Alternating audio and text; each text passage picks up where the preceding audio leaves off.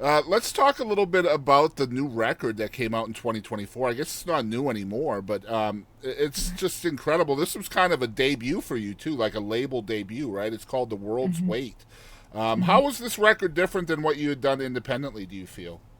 Well, I actually the weird thing is that I made that record independently. Okay. The yeah, I mean, this kind of stuff like happens to like exactly nobody in the thing, so I feel really grateful for that. But I had crowdfunded that record. We made it in Oklahoma City. My friend Nooch produced it, and man, it just took forever. It felt like I just hit so many roadblocks. We'd started it in Texas, and I'm picky and was not satisfied, and so it really got pushed out, and I felt horrible about that because I owe these people these things and don't want them to think I'm not working, and there was so much stress around that. And then Bryan Martin, who is the guy that connected me with Average Joe's, he called, and he is the one who is starting this there an Americana label underneath their Hmm. Average Joe's umbrella. Um, and so I just said like that's fine and great and that sounds all perfect, but I have this record and I am obligated to release it. So either take this record and consider that you're not I've got $30,000 in the recording of this record. So that's 30 grand that you can put into promotion.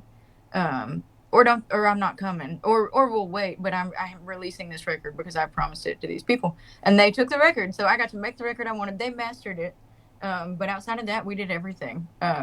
So that felt pretty good. How's that Um relationship been with Brian and them? Stormy. Uh, the staff at Average Shows is awesome. Yeah. Brian is just in a complicated place in his journey, I think, and unfortunately, uh, my my record and my deal kind of got caught up in the undertow of that. And he's really in control of a lot of his career is the source of a lot of commerce over there right Sure. now. Yeah. So kind of depending on where he is, uh, certain things get done or don't. But that's not any fault of the label. And I still really, I mean, I have a lot of respect for Brian, and we've written some really cool songs together. Yeah, he's He's a just, killer songwriter. I just hope he Mhm. gets this stuff behind him because he's a super nice guy as well. At least Yeah. I mean, I from don't have anything. Oh, yeah. I'm sorry. I didn't mean. No, no, you're fine. Uh, I don't have anything really like ugly to say by any stretch, but it was a difficult time I think for everybody involved, and me too, being here and new. And then I didn't tell them that I'd been diagnosed with cancer either Hmm. because I didn't want to be that it's like cutting out the weak cow from the herd. Hmm.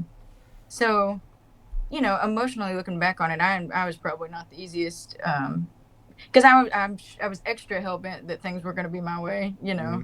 So I definitely don't look at it as a bad experience. And Mike, who runs their publishing office, is awesome. Like, he connected me. He's still giving me opportunities. I'm probably not supposed to say that out loud, but now that I have all of my publishing back, and two, they let me negotiate my deal, so I kept half of my publishing. I Wow. get all of my writers credits and half my pub. So I don't have a complaint. Yeah. It was just I learned a lot.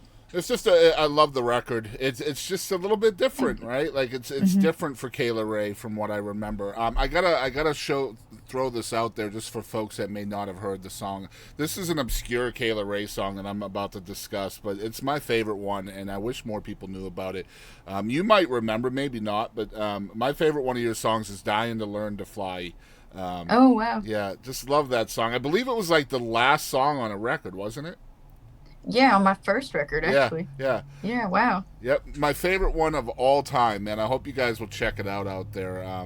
I wanted to make sure we get that in here because it's such an underrated song that needs more air, and Thanks, more man. light of day. Yeah, of course. Last thing before we get into the second song that we're gonna play for everybody, I wanted to chat with you a little bit about the road life. I know how busy you are out there, and I've been watching you and following along for so long, and the different towns and all the different venues and just the crazy life that you lead. The question I have is, through all that chaos, are you still finding time for yourself and kind of the beauty of life as well? Uh, I used to be a lot better about it. I think wrapping up this degree is really taking a whole lot of my time. But I will say, like, I think that I do. It's just not always in the same place. Sure. I will stop at any like we've had some of the best experiences just stopping at random spots and just spending the day getting to know people.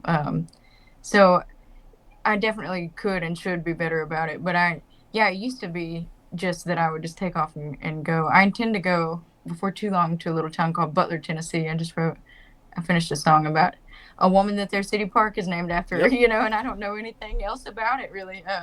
So yeah, I used to be That was a Babe lot better Curtis, about it. right? What's that? Babe Curtis. Yeah, Selma Yeah. Babe Curtis. Yep. That man, I'm proud you remembered that. Yep.